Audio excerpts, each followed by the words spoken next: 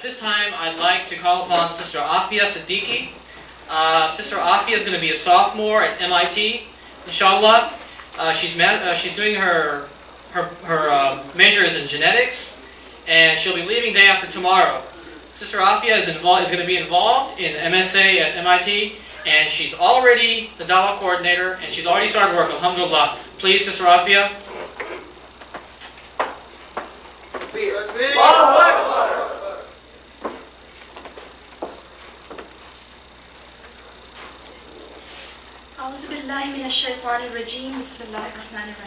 Brothers and sisters in Islam, Assalamu alaikum. Thank you.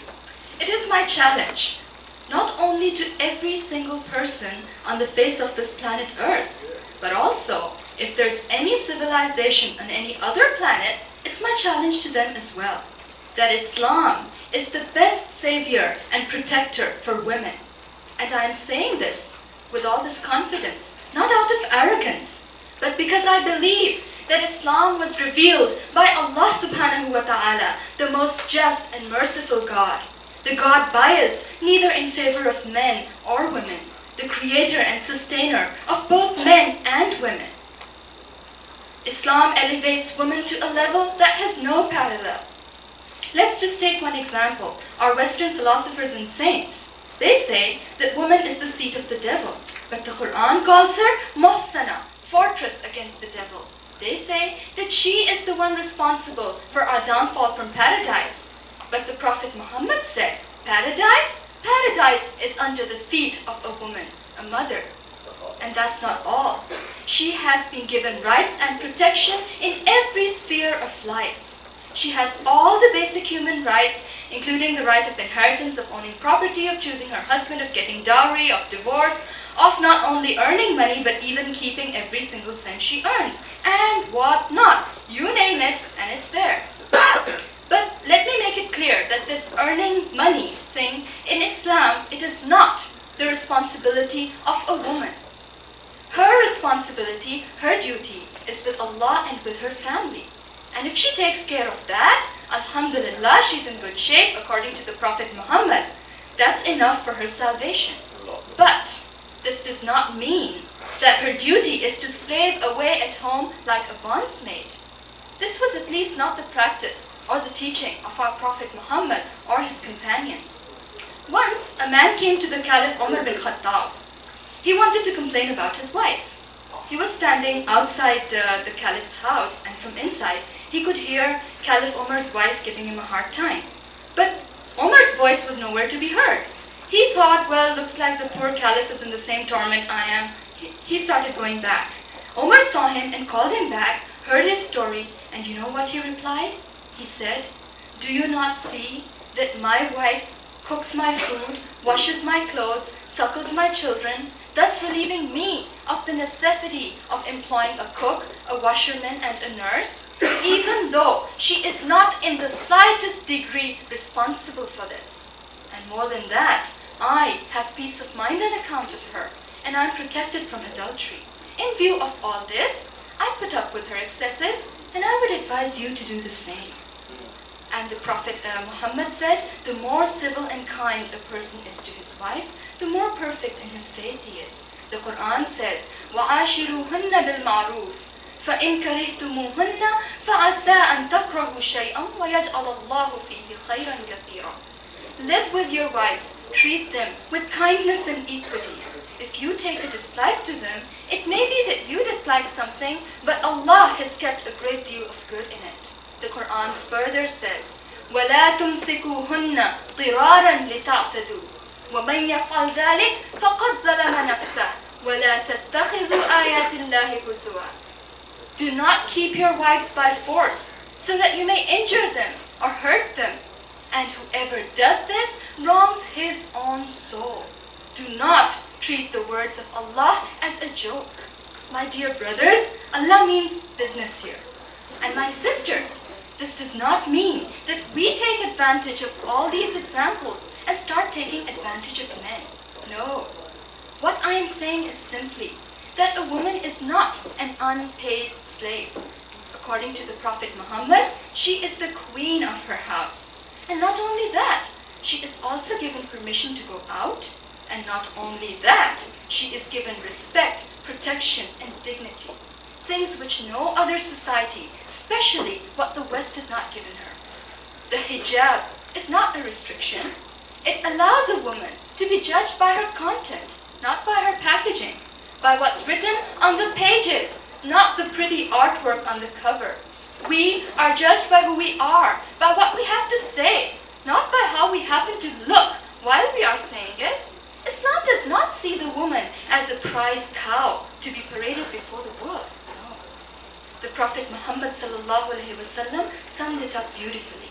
He said, the best object of benefit of the entire world is the pious woman. This is so profound. Not the rich woman, not the beautiful or successful woman. Because these qualities will not benefit her in the long run. Minds can be lost, wealth can be spent, and beauty shall change. These ephemeral qualities are for the pleasure of this world, whereas piety is for the pleasure of Allah. His advice to men seeking a wife was, get one who is religious. Not the one in the 50% tax bracket, the one with the Jaguar, the one with her own corporation, the one with the great looks, or the one who brings more dowry. No. In Islam, a woman is seen first and foremost as a servant of Allah subhanahu wa ta'ala, not as the slave of a human being. And in the eyes of Allah, she is no less than a man. It is true, لَيْسَ الذَّكَرُ كَالْأُنْثَى. The man is different from the woman, psychologically, biologically, physiologically different. The man is physically more stronger. We can see that. Doesn't need any explanation. So Allah has given him the charge, the responsibility for providing for the family, for earning for the family. He's been given the daraja, the position of leadership in the family. But this does not make a woman inferior. No. Where rights are concerned, وَلَهُنَّ مِثْلُ الَّذِي عَلَيْهِنَّ بِالْمَعْرُوفِ وَلِلرِّجَالِ عَلَيْهِنَّ دَرَجَةٌ. Her rights are equal, mithl, to those of man, even though man has been given the daraja, the degree over her. The degree, the responsibility, and accountability for providing and sustaining the family. What has this got to do with inferiority or superiority? Nothing. Allah has made it very clear. إِنِّي لَا أُضِيعُ عَمَلَ عَامِلٍ مِّنْكُمْ مِنْ ذَكَرٍ أَوْ أُنْثَى بَعْضُكُمْ مِنْ بَعْضٍ. I shall not waste the efforts of any of you, man or woman. You are members one of another. And إِنَّ أَكْرَمَكُمْ عِنْدَ اللَّهِ أَتْقَاكُمْ. The person who is more revered, who is more superior, or who is more respected in the eyes of Allah, is the one who is more pious, who has more taqwa, regardless of whether it's a man or a woman. History is filled with women who exemplified this fact, who taught men as well as women, who gave religious verdicts, who fought and died, all for the sake of Allah, not to prove to the world that they were capable. My dear Muslim sisters, we, unlike the non-Muslim women, we do not have to prove anything to this world. All we have to prove is to Allah subhanahu wa ta'ala that we are capable. Yes, we are capable of becoming true and ideal Muslim women. Women like the Sahabiyat, not 5 feet 10 inches or something like that. No. Women like the Sahabiyat, out of hundreds of examples. And I could go on forever, but I'm sure you all must be hungry. I'll just quote one example. Asma bint Yazid. She embraced Islam when she was a teenager, at the time of Hijrah, and she was only in her 20s, the Battle of Yarmouk. She killed 9 soldiers with what? With the pole of a tent. Let alone women.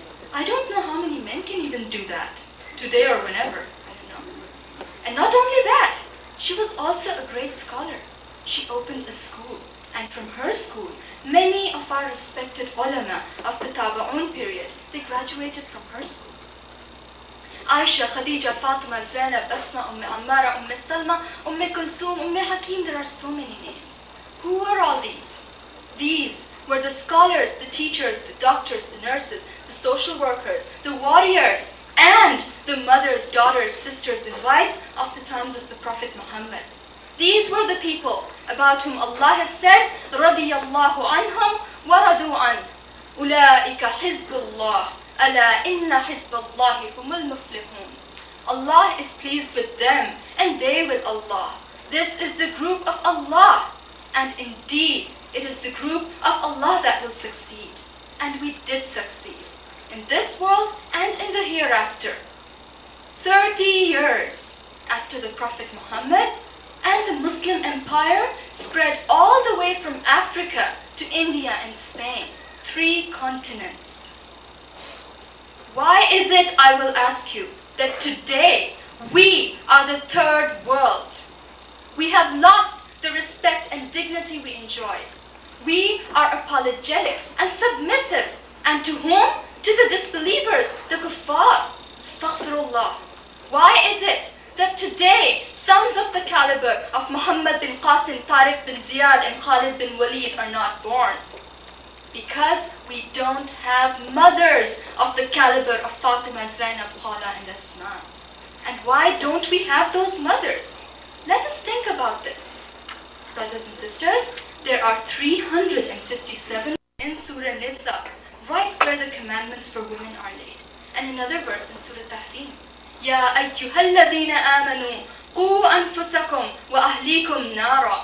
O you who believe, save yourselves and your families from hellfire.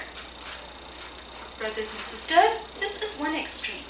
Inna Allah la yuhibbul mu'tadeen. Allah does not like any transgression, any extreme. The other extreme is equally bad. There are people who are guilty of burying their women alive. Yes, today, mentally burying them by telling them that they are inferior, third-class slaves of men. And may Allah forgive us in the name of Sunnah. May I ask, whose Sunnah are they following? This is not the Sunnah of the Prophet Muhammad. What is his Sunnah? He, if his shoe would break, he would mend it himself. And then he would run a race with his wife Aisha and let her win the race so that she could also enjoy herself. These extremes, brothers and sisters, have driven more people away from Islam than we would even like to believe. Not only women, men as well. Not only non-Muslims, Muslims as well. A man once came to Ismail al-Faruqi and said that Islam seems to be such a biased religion. Whenever I go to the mosque, to a religious institution to learn about Islam, I see so many men. But where are the women? Good question, and I repeat, where are the women? It is so easy today for anyone and everyone to come up to a woman and say, hey, this is Islam. And what will the poor woman say? Amanna saddaqna, I believe.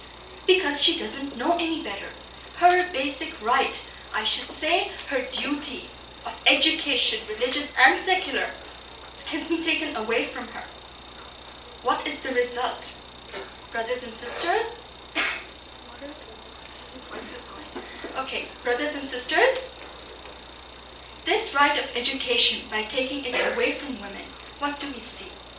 If a woman has messed up ideas, non-Muslim ideas, or if she is totally ignorant of what's going on around her, in either case, can she be expected to raise a child the model of a perfect Muslim? Of course not. The first 5 years of the child are not as trivial as we think they are. According to a fact, scientific fact, the brain of the child develops not only before he is born, but it takes the first 5 years for the brain to fully develop. And in these years, whatever he sees around him, whatever he sees his mother, his parents doing, will have an impact on his future character. If the mother is the model of an Islamic woman, and the father for that matter too, the child will more likely than not become an Islamic model himself.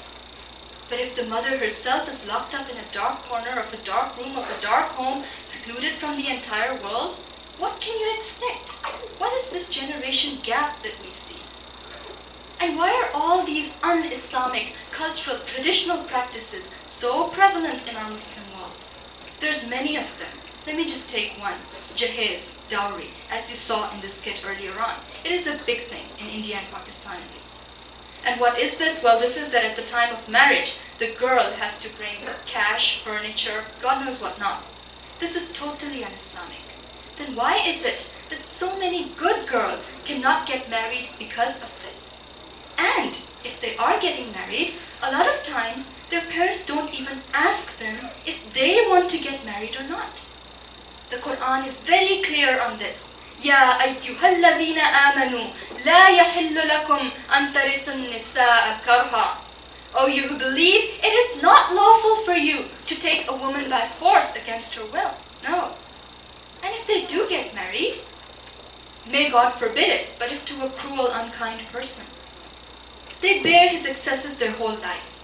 Number one, because they don't even know that according to Islam, if a woman wants, at the time of the marriage, in the marriage contract, she can put the stipulation and keep the right of divorce in her hands. And if I am wrong, Brother Jamal Badawi, please correct me. I request you right now.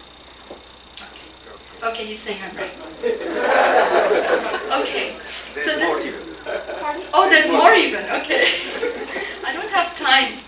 That's the problem. Anyway, so this is one thing. The other thing, in some very traditional families, if a girl even wants to ask what is in her marriage contract, or what the contract is, period, they label her as shameless. And if such a naive girl does get divorced, why does the whole society look down upon her? Islam does not, Allah does not. In the Quran, in fact, where Allah is reproaching the wives of the Prophet Muhammad for giving him a hard time, he says that if you do not repent, I will replace you with women better than you, ثَيِّبَاتٍ وَأَبْكَارًا, who will be married previously and who will be virgins. Brothers and sisters, when I was in Pakistan, I had worked very, very closely with the president of United Islamic Organization for 2 years. And in fact, she'll be coming to America later on this year. Ask her and she'll tell you, day in and day out, how many cases of women there are suffering, having serious problems because of these and many other un-Islamic practices. And when I say un-Islamic practices, I am including all these Western forms of dating and whatnot. I'm including all of these. Brothers and sisters, this has got to stop now. This has got to change. We as Muslims, what is our goal? Our goal is to serve Allah. Why are all these un-Islamic practices so prevalent? We have to change them now. أَلَمْ يَأْنِ لِلَّذِينَ آمَنُوا أَن تَخْشَأَ قُلُوبُهُمْ لِذِكْرِ اللَّهِ وَمَا نَزَلَ مِنَ الْحَقِّ. Has not the time come for Muslims that their heart turn towards Allah, remembrance of Allah, and what Allah has revealed, which is the truth? Yes, the time has come. The time is now for us to get together and come up with solutions for these problems. Let none of us think that we cannot make a difference. Yes, we can, if our intention is pure. If we strive in the path of Allah, Allah has said, وَالَّذِينَ جَاهَدُوا فِينَا لَنَهْدِيَنَّهُمْ سُبُلَنَا وَإِنَّ اللَّهَ لَمَعَ الْمُحْسِنِينَ. Whoever will strive to reach Allah, Allah will guide him to the way that leads to Allah. And indeed, Allah is with the people who are righteous, who do good deeds, who are the muhsineen. So let us do away with our cultural, traditional, whatever biases. Shun everything un-Islamic and turn towards Islam. وَمَا عَلَيْنَا إِلَّا